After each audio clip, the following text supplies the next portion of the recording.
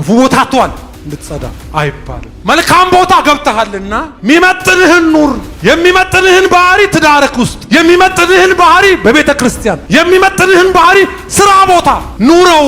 ከቤት ስትወጣ ክርስትና ከቤት ስትወጣ ሳይሆን የሚጀምረው እቤትህ ትዳር ውስጥ ስትኖር ከልጆች ጋር፣ ሰራተኛ ቀጥረ ከሆነ ከሰራተኞች ጋር፣ መስሪያ ቤት እዛም የሚኖር ነው እንጂ ቸርች መጥተህ ሰለብሬት የምታደርገው አይደለም። ብሪዚንግ ሲስተም ነው። በልጆች ላይ የምታየው ነው። በትዳር ላይ የሚገለጥ ነው። በኑሮ የሚገለጥ ነው። ወራሽ ነው። ታውቃላችሁ አሁን ጮክ ብሎ መናገር እስከማይቻል ብዙ ዳግም ተወለድኩ የሚል ሰው ከማይጠበቅ የሚያመነዝር ሰው መብዛት፣ እያመነዘረ ተሳሳትኩ ሳይሆን የሚለው ኢሶኬ የሚል ሰው መብዛት፣ ስርቆት፣ ሌብነት፣ የሌላውን መመኘት፣ እነዚህ መደበኛ የክርስቲያን ባህሪና ስነ ምግባሮች ኖርማል እንዲመስሉ አትቅመስ፣ አትንቀም፣ አትብላ፣ ከነካ ርኩስ ነው፣ ይሄን ከነካሁት መንግስተ ሰማይ አትገባም የሚሉ ትምህርቶች እንዴት በእናንተ መሃል ሰርቫይቭ አደረጉ?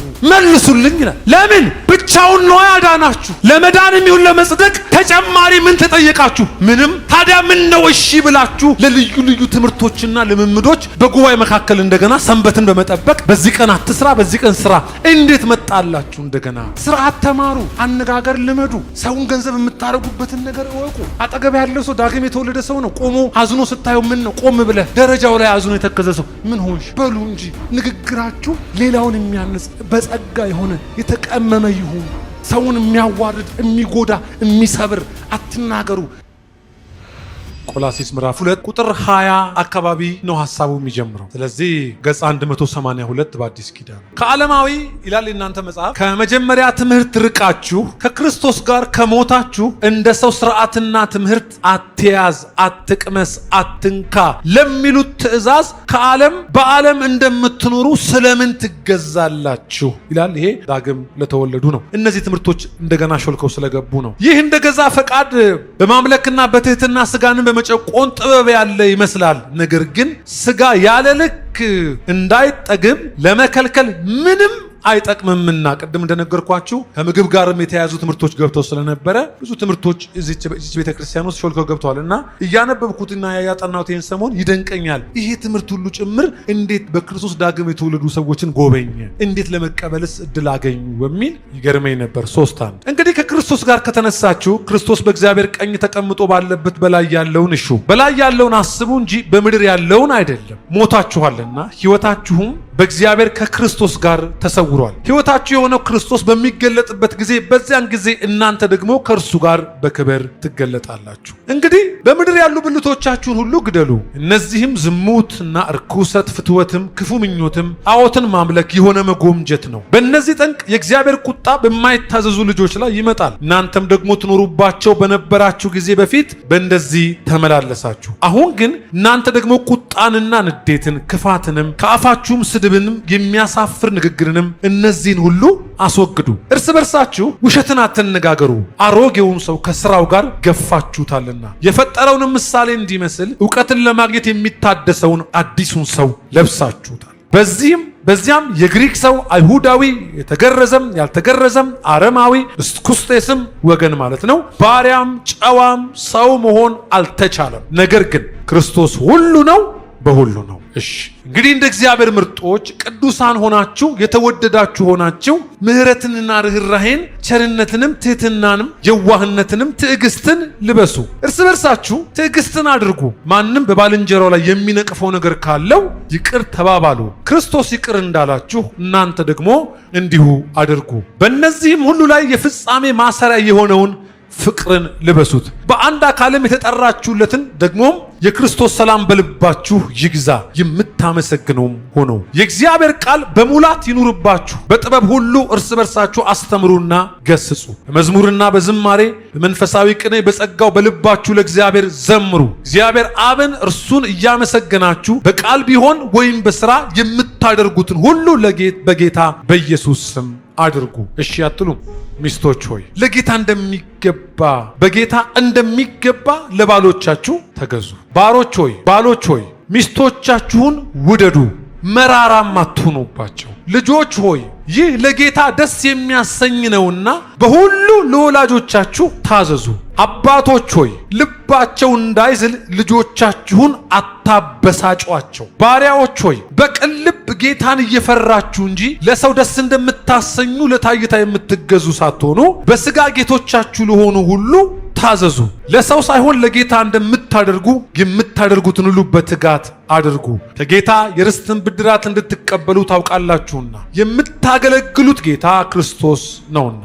የሚበድልም የበደለውን በብድራት ይቀበላል፣ ለሰው ፊትም አድሎ የለም። በቀደሙት ሐዋርያቱ ያፈሯቸው ደቀ መዛሙርቶቻቸው በዋናነት በቅዱሳን ኅብረት መካከል ይዘወተሩ ከነበሩ ትምህርቶች አንዱ እንዲህ አይነት ትምህርት ነው። ምን አይነት ትምህርት ነው? በመንፈስ የሆነልንን፣ በመንፈስ የበራልን፣ መንፈስ ከሆነው አምላክ ጋር በመንፈስ የተገናኘን፣ ልደት ያገኘን፣ እንደገና አዲስ ፍጥረቶችና ደግሞ ተመልሶ የሚመጣ ጌታ ያለን ሆነን እኛም ለዘላለም ከእርሱ ጋር ደግሞ እንደምንኖር በቅዱሳን ስብሰባ መካከል በዋናነት ዋና ትምህርትና ዋና ርዕሶቻቸው ነበሩ። ደብዳቤ ሲጽፉ፣ በአካል ሲገናኙ በዋናነት ይሄን ያስተምሩና በመንፈስ የሆነውን ነገር፣ ሁለተኛውን አሁን እኔ ዝም ብዬ እያዘወተር ነው ያለውን አይነት የትምህርት አይነት ደግሞ በቀደምት አብያተ ክርስቲያናት መካከል ከሪፎርሜሽን በኋላም የቤተ ክርስቲያንን ታሪክ ባጠናን ጊዜ ሁሉ እንደነዚህ አይነት ትምህርቶች በአብያተ ክርስቲያናት መካከል ይዘወተሩ ነበር። ምን አይነት ትምህርቶች ናቸው? እንዴት እንደሚኖር ሰው ቁጭ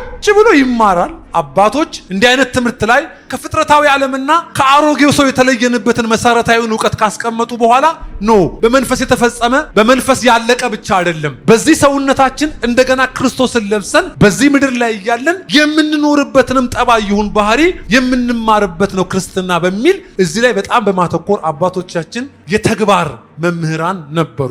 በታሪክ ብዙ ጥናት ቢፈልግም ከተወሰኑ ምዕተ ዓመት በፊት ግን ከዛ ወደዚህ ያሉ ምዕተ ዓመቶች ላይ በየኢቫንጀሊካል ቸርቾችና በእንደዚህ አይነት ተቋማት መካከል የህይወት መደበኛ ሰው የሚኖርበትን ተግባራዊ የትምህርት ይዘቶችን ከመማር ባለፈ በአብዛኛው ትምህርቶችም ስብከቶችም እየተሳቡ ሰዎች ሆነልህ ላይ ብቻ እንዲያተኩሩና ድኛለው፣ ጸድቄያለው፣ ሲልዶኛለው፣ ተፈትቻለው፣ ገብቻለው፣ ወርሻለው፣ የዘላለም ነገር አግኝቻለው፣ እንደዚህ አግኝቻለው ላይ ይቆማል። ሁለተኛው ዊንግ ደግሞ ብዙ ጥናት ይፈልጋል እንዳልኳችሁ ያነበብኩትንም ጭምር ነው ማወራችሁ። ሁለተኛው ዊንግ ደግሞ ይሆንልሃል፣ ይደረግልሃል፣ ትሳለህ፣ ትሄዳለህ፣ ትበረግዳለህ፣ ይሆናል፣ ግንቡ ግድግዳው በር ይሆንልሃል የሚሉ ሁለት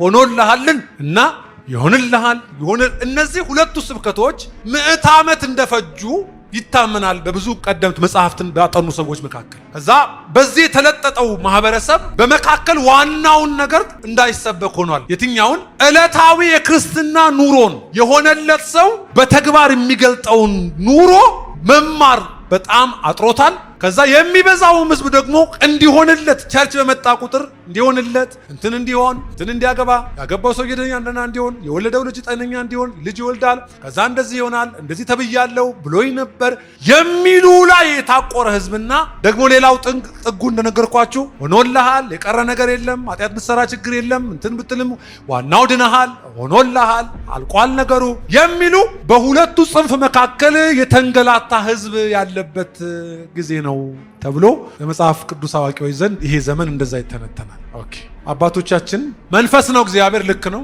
ዳግም ስንወለድም ከመንፈስ ነው የተወለድነው፣ ልክ ነው። ደግሞም ለዘላለም መንፈሳውያን ሆነን የምንቀጥለው ልክ ነው። ግን ደግሞ በዚህ ጉዞ ዓለም በዚህ በሚነካ ገላ በሚነካ ሰውነት ደግሞ በመንፈስ የሆነውን የምንኖረው ነው ብለው ደግሞ አባቶቻችን የተግባር መምህራንና እያንዳንዱን ሰው ከሆነለት ነገር ብቻ ሳይሆን ከሚኖረው ተግባር ተነስተው ዲሲፕሊን ያደርጉ ነበር፣ ያግዱ ነበር፣ ከማህበር ያስወግዱ ነበር። ያልተገባ ልምምድ ያላቸውን ሰዎች ከጉባኤ መካከል በጌታ ቀን ነፍሱ እንድትድን ፈርጄበታለሁ እያሉ ያስወጡ ነበር። ለምን? መደበኛ ህይወት ላይ በጣም ያተኩሩ ስለነበረ ዲሲፕሊን ያደርጋሉ፣ ይዘለፍ ይላሉ፣ ይገሰጽ ይላሉ። በሽማግሌዎች መካከል እኔም አብሬ እንደናንተ ሆኜ ፈርጄበታለሁ ይላሉ። የዲሲፕሊን ስርዓቶችን በጣም የተዋቀሩ ነበሩና በዚህ ምክንያት አባቶቻችን ያስተምሩት ወደ ነበረውና ቅዱሱ መጽሐፋችን ወደ ነገረን እውነት እንዳለበት ቸርች እኔም ኃላፊነት እንዳለበት ሰው ወደዚህ እንድንመጣ በጣም መናገር ፈልጋለሁ። አሁን ያለው የሞራል ውድቀቶች ብዙዎች እንደሚናገሩት ያስተምህሮ ውጤቶች እንደሆኑ ብዙዎች ይተማመናል። ታውቃላችሁ አሁን ጮክ ብሎ መናገር እስከማይቻል ብዙ ዳግም ተወለድኩ የሚል ሰው ከማይጠበቅ የሚያመነዝር ሰው መብዛት እያመነዘረ ተሳሳትኩ ሳይሆን የሚለው ኢሶኬ የሚል ሰው መብዛት፣ ስርቆት፣ ሌብነት፣ የሌላውን መመኘት እነዚህ መደበኛ የክርስቲያን ባህሪና ስነ ምግባሮች ኖርማል እንዲመስሉ እነዚህ ምንጫቸው ሲፈተሽ መነሻቸው ትምህርት ነው። በትምህርት በኩል ሾልኮ የገቡ ኖርማል የሚያደርግ አይነት ልምምዶች በቸርች ሆኖ የሚወቀስ መጥፋት፣ ሌብነት ሰርቶ የማይወቀስ ምንም ቅር ሳይለው የሌብነት ቲም ያለው ሰው ቸርች ውስጥ የማይሰማ ዲሲፕሊን ሲደረግ መጀመሪያውኑ ቀድሞ አንተ ማነህ የሚል ሰው መብዛት፣ መሪ የማይሰማ ዋኖች የማይከበሩበት የእግዚአብሔር ቃል ሉዓላዊ ያልሆነበት የሚመስል ጥግ አለ። ከዚህ የተነሳ እንዲህ አይነት ትምህርቶችን መማር ለቤታችን በጣም መሰረታዊ። ስለ ባልና ሚስት ለመማር የጋብቻ ቀን መፈጠር መምጣት የለበትም። ልጆችን እንዴት ማሳደግ እንዳለብን ለመማር ቲኔጀሮች ወይም ህፃናቶች የሆነ ፕሮግራም በአመት አንድ ቀን ይዘው መምጣት አይጠበቅም። ስለዚህ አባቶቻችን ይህን አስተምረዋል። ስለ አለባበስ፣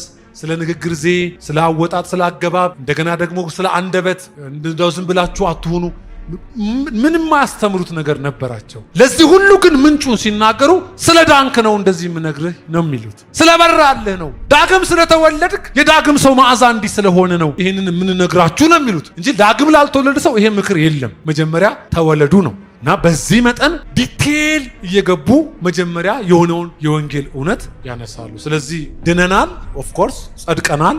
ዛሬ ብንሞት የት ነው የምንሄደው? እንጃ። አረበኛ መካከል የለም። በአብ ቀኝ ነና እንገባለና። ልክ ነው አይደል? ልክ ነው አይደል? ድነናል፣ ጸድቀናል። ጽድቅ ስንቴ ነው? አንዴ ነው። አሁን በክርስቶስ ምን የለብንም። ለምን ፔሬድ ስለ ጸደቅን የምንወቀስበት የለንም። ኩነኔ የለብንም። ጸድቀናል። እግዚአብሔር ይመስገን። አድራሻችን ታውቋል። የት ነው ካላችሁ ደግሞ 3:1 እዛው ቆላሲስ ላይ አድራሻችን ታውቋል። ህይወታችሁ አይልም እዛው ጋር ክርስቶስ ጋር በእግዚአብሔር ቀኝ ተቀምጦ ባለበት በላይ ያለው ምን በሉ እሹ በላይ ያለውን አስቡ እንጂ በምድር ያለውን። ምክንያቱስ ለዚህ ዓለም ዳግም በመወለድ አሮጌውን ገላቸው ሞታቸዋልና ብሎ አድራሻችን ታውቋል። እሰየው። ግን እንዲህ የሆነለት ሰው ከዛ በኋላስ ጥያቄ የለበትም ወይ? ትምህርት የለውም ወይ? ትምህርት አለ። ስለዚህ ክርስትና የሚኖር የሚሸተት የሚታይ የሚነካ ተቸብል እንደሆነ ደግሞም የእግዚአብሔር ቃል እንደሚናገር እንደዚህ እናወራለን። ስለዚህ እንደ አባቶቻችን ወግ እኔም ይህን ለማስተማር እድል ስላገኘው ጌታዬን አመሰግናለሁ። ልቤን እዚህ ላይ ስላደረገው። ጳውሎስ ብትሉት ወይም ይሄ ጉባኤ ቢጠይቀው ምን ልትል ፈልገ ነው? መጀመሪያ ስትድኑ ከክርስቶስ ጋር ሌላ ተጨምሮ አልዳናችሁ፣ በክርስቶስ ብቻ የዘላለምን ሕይወት አግኝታችኋል። ክርስቶስን ስታምኑ ለማመን የሚረዳችሁ የተጨመረ በዓላት፣ ቀንን መጠበቅ፣ ስለ ወራት፣ ስለ ምግብ ስርዓት፣ ሌላ አላዩ ላይ ነገር ምንም ሳይጨመር ክርስቶስ ብቻውን በመስቀል ላይ በሰራው ስራ እናንተ የዘላለምን ሕይወት አግኝታችኋል። ለዚህ ጉባኤ አዲስ ትምህርት አይደለም፣ ግን ይደገማል። ከዚህ የሚበልጥ ትምህርት ስለሌለ ታዲያ ለምንድን ነው የጻፍከው? የምን ድሪቶ ነው ላይ የደረታችሁት? ምን ደረትን? እኛ የነገርከንን የሰማነውን እነ ጳፍራ የነገሩንን ወንጌል እኮ አምነን የተቀበልነው። ኖ እሱ ብቻ አይደለም። በእናንተ መካከል ትምህርት ይዘው ሾልኮ የገቡ አሉ።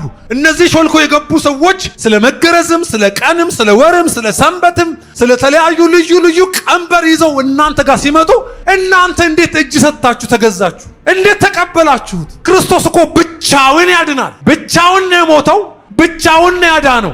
እዚህ ደህንነት ላይ ምንም እኮ እንዲጨመር ምንስ ጎደለው የሚል ድምጸት ውስጡ አለው። ምን ጎደለው? ሙሉ ናችሁ። አሜን አትሉም እንዴ? ሙሉ ናችሁ።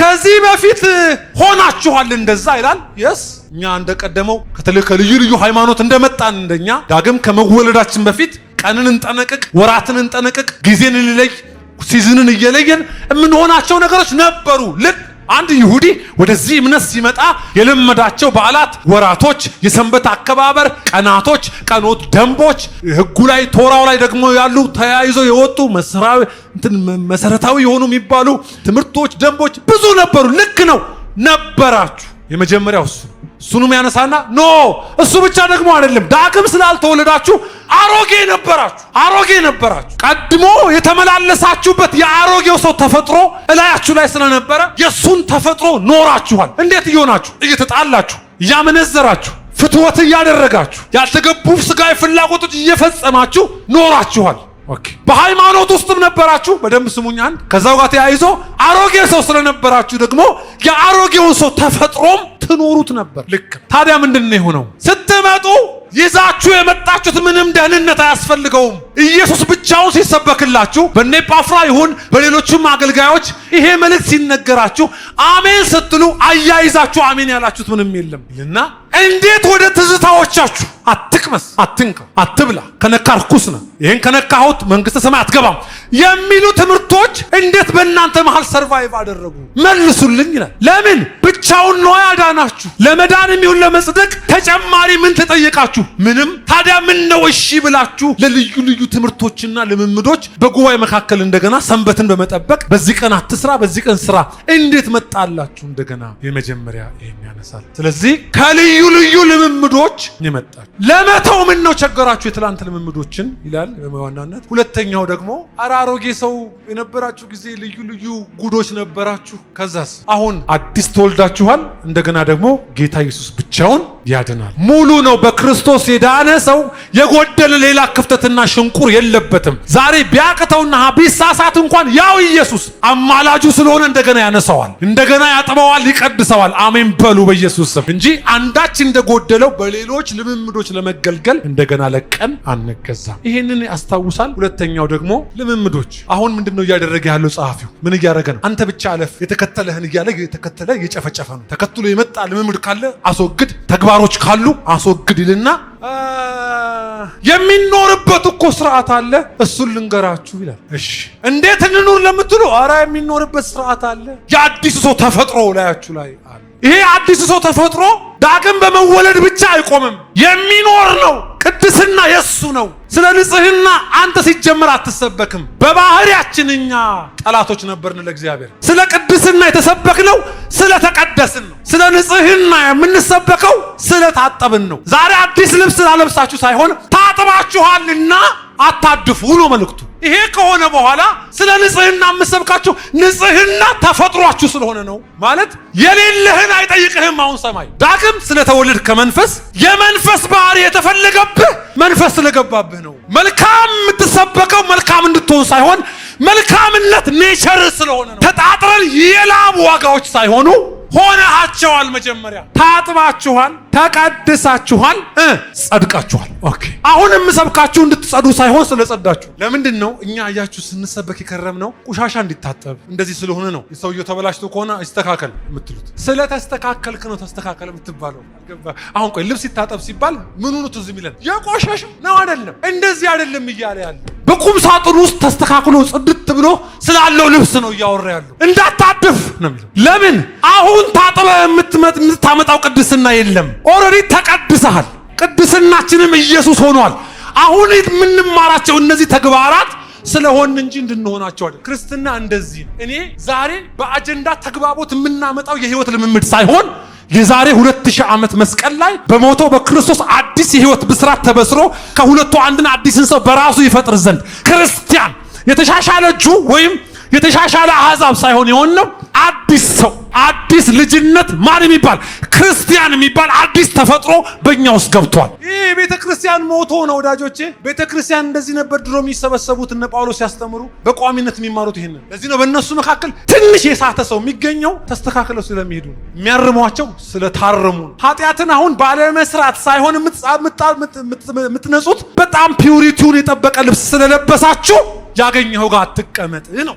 ምን ማለት ነው? ለምሳሌ በጣም ነጭ ልብስ የለበሰ ከኛ መካከል ቢኖር ገና እንደመጣ ያገኘው ላይ ርፍቅ ይላል። ለምን? ምን ስለሆነ የሚቀመጥበት ምን እንዲሆን ይፈልጋል። አሁን ቦታው እንዲጸዳ የፈለገው ማስለጸዳ ነው እንጂ እንዲጸዳ ነው። በዚህ አፍ ባልንጀራን አትማ ሲለኝ በአፌ ባለማማት ምክንያት የሚመጣ ንጽህና አለ እያለኝ ሳይሆን ንጹህ ሆነሃልና በማማት አትርከስ እያለኝ ነው። እኛ የማናማው ባለማማት ንጹህ ለመሆን ሳይሆን ስለነሳን ስለማይመጥነን ነው።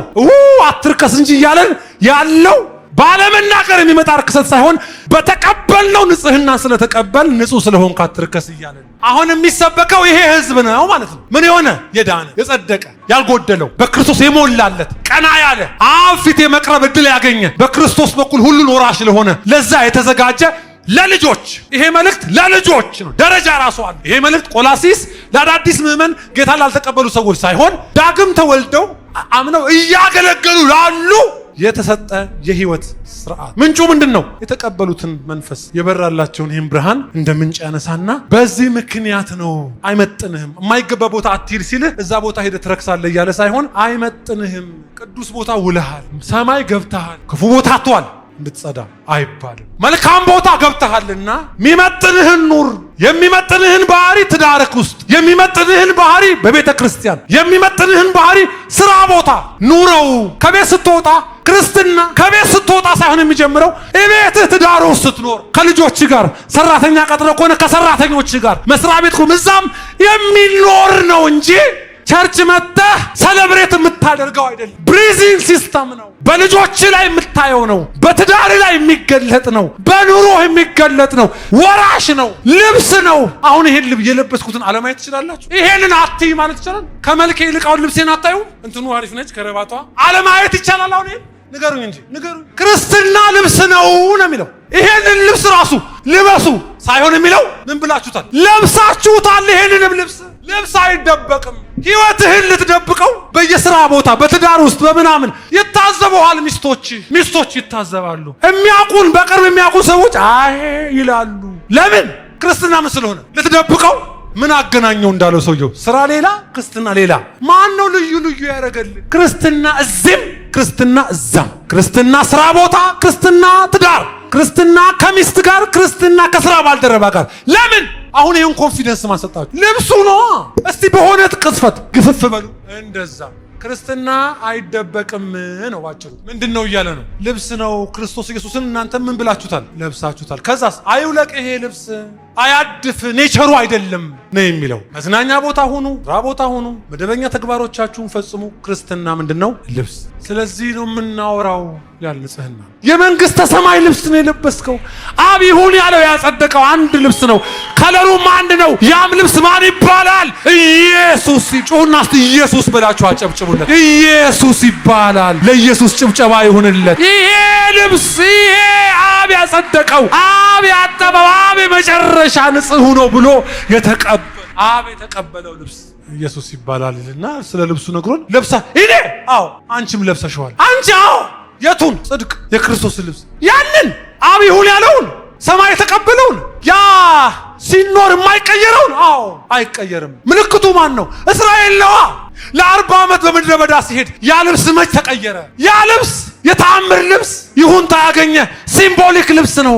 አላረጀም አልተባለም ወይ? ያ ልብስ የማያረጅ ልብስ፣ ከነዓን ያስገባ ልብስ፣ እስከ ከነዓን የለበሱት ኢያሱ ያጌጠበት፣ ካሌብ ያጌጠበት፣ ሬሳው ዮሴፍ ያጌጠበት ልብስ ነው። ምድረ በዳ ላይ ለውጥ ያላስፈለገው ልብስ ነው። ያ ልብስ ሲምቦሊክ ነው። ክርስቶስ ነው። ያ ልብስ የማያረጅ ነው፣ የማይቀየር ነው። ሌላ ልብስ ልልበስ አይባልም።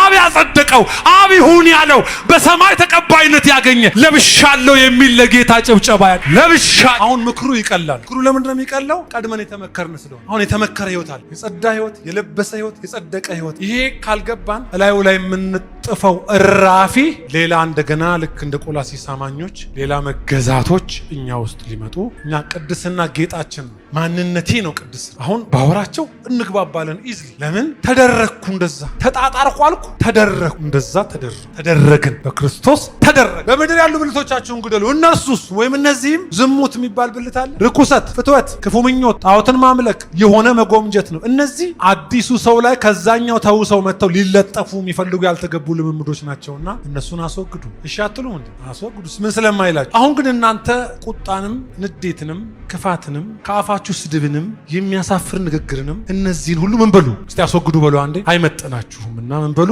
አስወግዱ። በነገራችን ላይ ክርስቲያን እኮ እንደ ዳነ የሚያስታውቀው አፉ ጭምር ሲቀደስ ነው። ልክ ነው። አነጋገሩ ስርዓት ይኖረዋል።